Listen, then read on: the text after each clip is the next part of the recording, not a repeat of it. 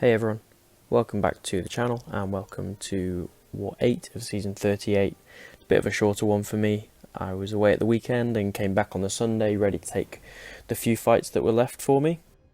I'm going to be using Valk, Kitty and Miles this war, so I think you can probably tell there's a Knull boss coming up. Then Valkyrie is for this thing on Path 7 on Vivified. Then up to Boss Island, got that Bishop, I'm going to be taking that with Kitty, and then the Knull.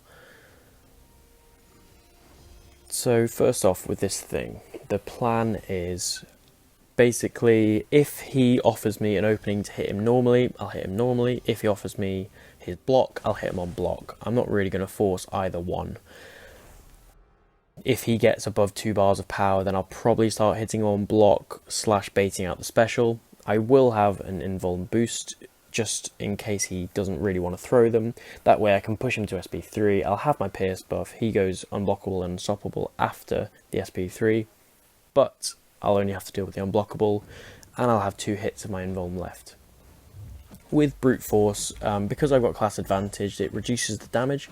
So I don't have to worry about it too much. And since it's my only fight with Valkyrie, I'm not really too worried about letting it trigger if needed.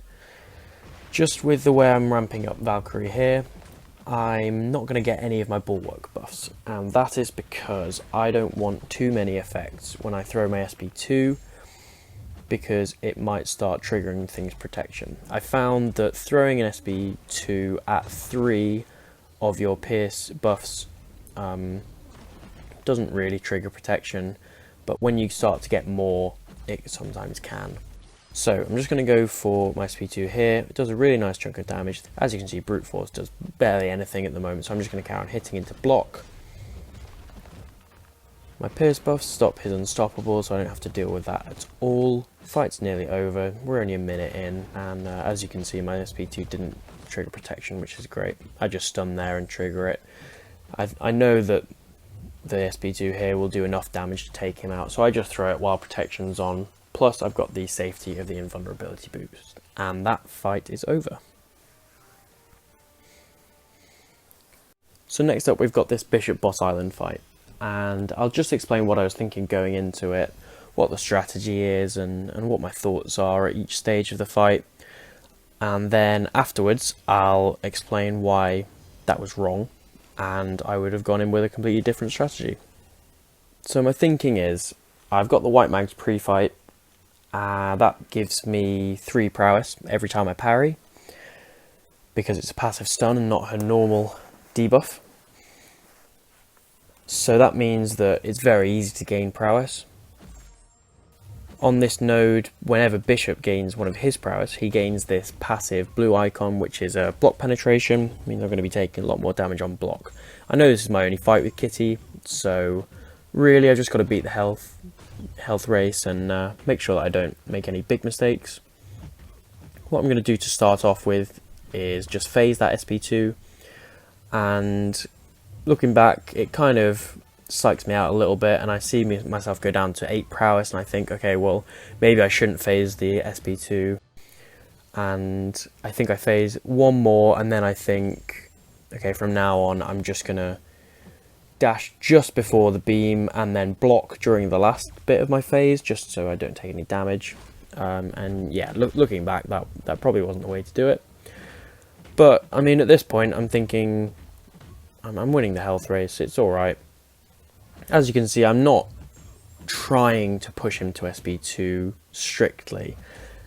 If he goes to SP2, that's great, and I'll sort of nudge him along the way. But if he throws SP1, I can phase through it and do a little bit of damage that way, but it will consume a lot of my prowess. And I'm not going to be using any specials just because I don't want to use my prowess completely. This fight is all about being able to phase his specials when I want to be able to. So yeah, I'm down to 70%, he's down to 30%, I'm feeling good about it. Block damage is a worry. If it was closer, I would probably start getting stressed a little bit. I know that I can't afford to make any mistakes though, so that's definitely on my mind. And when Bishop does a full combo, or most of a combo into block there, that doesn't help either. And here I'm just going to throw my SP3 to finish off the fight.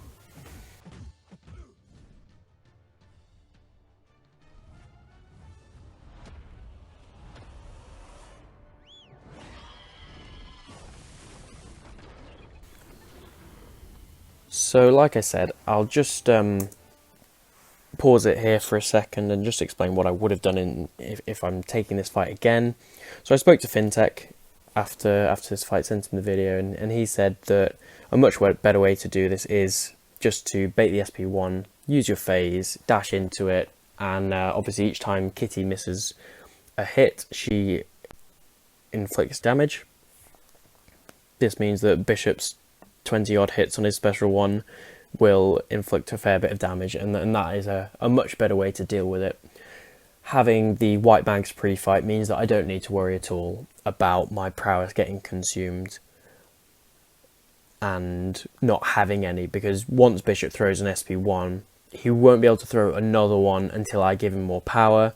So as long as I just back off and parry once after the SP1, everything should be fine.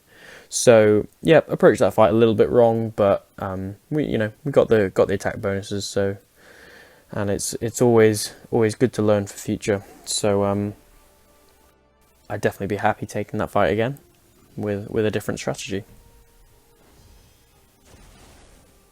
And finishing off with this Knull boss, which Miles is going to take again.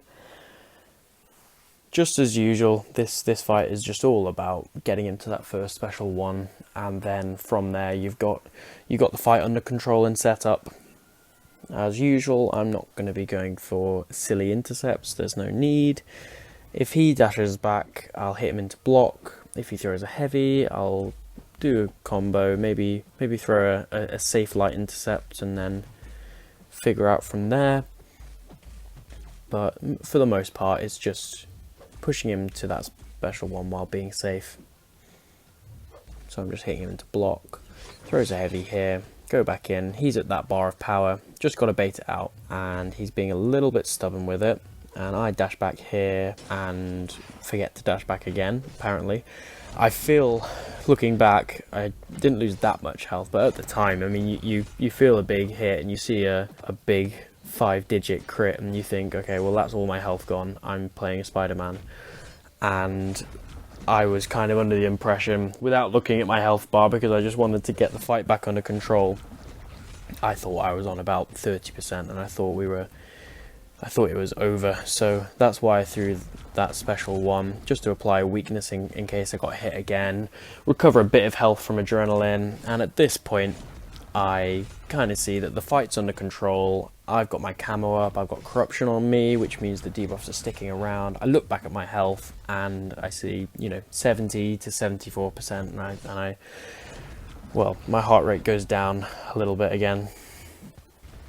And as usual, just heavying in the corner. Doesn't look like this guy's running sandy ground, so don't have to worry about that either.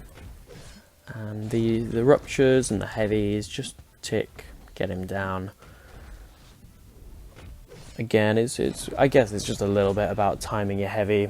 You don't want to hold it all the way during his SP1, because sometimes your camo can be milliseconds away from running out, so you want to keep the uptime of that. You don't want to waste any time by hitting your heavy during his special. Here I'm just waiting for both of my Furies to come up from completing 2 of his spider challenges. They pop up at the same time and I just let him dash at me, and I throw my SP2, it hits, a lot of nice crits and a nice shock, and the shock just ticks him away. And that's another Miles versus Knull, a little bit more of a heart-stopping one, with that little mistake at the start there from me, but overall it wasn't too bad. As I said, a shorter war for me this time, only 3 fights, but I get to use Valk, and Kitty makes her war debut, so that's always nice to see. And thank you very much for watching. I'll catch you in the next one. Cheers.